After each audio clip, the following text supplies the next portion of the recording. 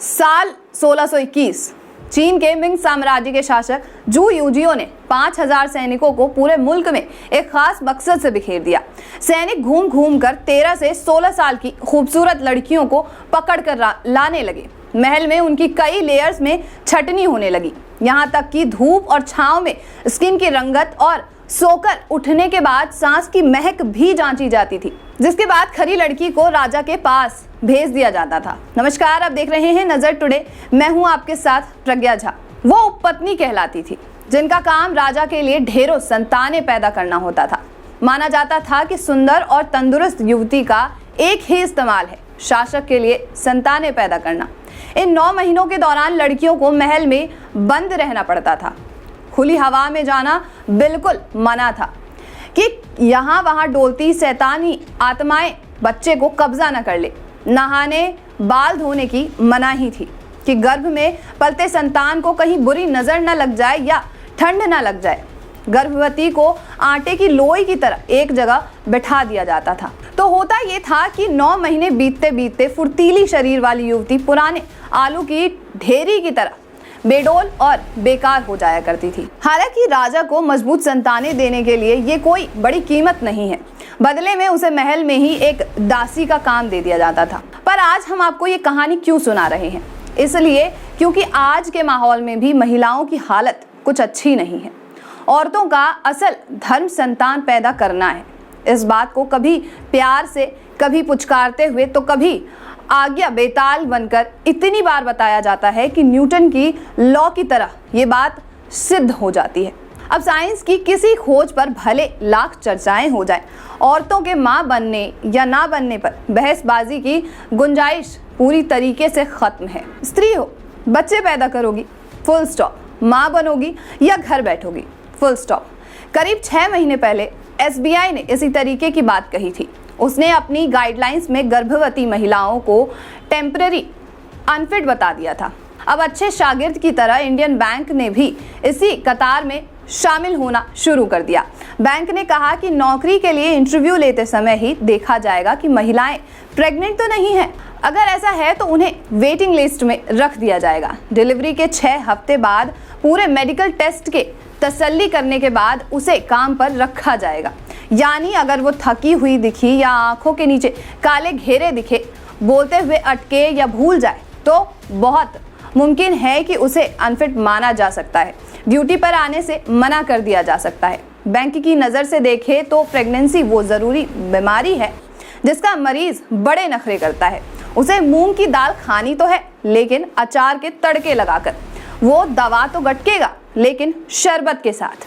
ऐसी नखरीली औरतों को बैंक के काउंटर पर बिठा दिया जाता है। तो अमेरिका जैसे देश को भी युगांडा बनते देर नहीं लगती है। फिर बस हर तिमाही या 6 माही में कोई ना कोई बैंक सर्कुलर निकालकर युवा महिलाओं को अपने कैंपस से दूर रहने की वार्निंग दे देता है। यहाँ तक कि अमेरिका जैसे मॉडर्न मुल्क में भी गर्भवती औरतों को छूत की बीमारी की तरह देखा जाता है।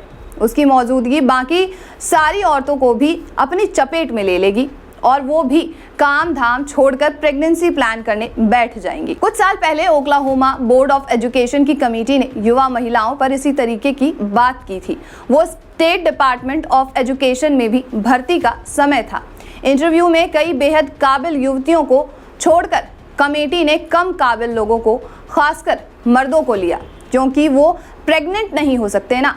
एक तरफ एलन मस्क मंगल पर कॉलोनी बसाने की बात करते हैं, वहीं इस दुनिया में अभी भी 40 ऐसे देश हैं जहां पर प्रेगनेंसी के समय में काबिल से काबिल औरतों को सीना चौड़ा करके इस्तीफा मांग लिया जाता है।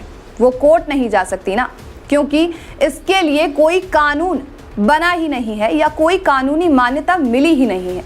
बात ठीक भी है। प्रेगनेंसी में सूजे पैरों और पनीली आंखें वाली औरतें जो ये तक पक्का नहीं कर सकती कि वो पहने क्या, वो कपड़े चूज करने में इतना ज़्यादा कंफ्यूज रहती हैं, वो भला कंपनी क्या संभालेंगी।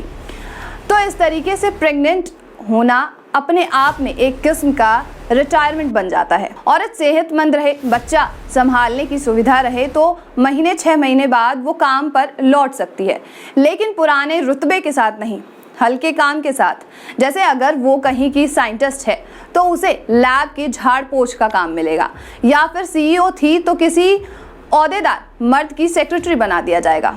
ये मां बनने की सबसे बड़ी सजा है।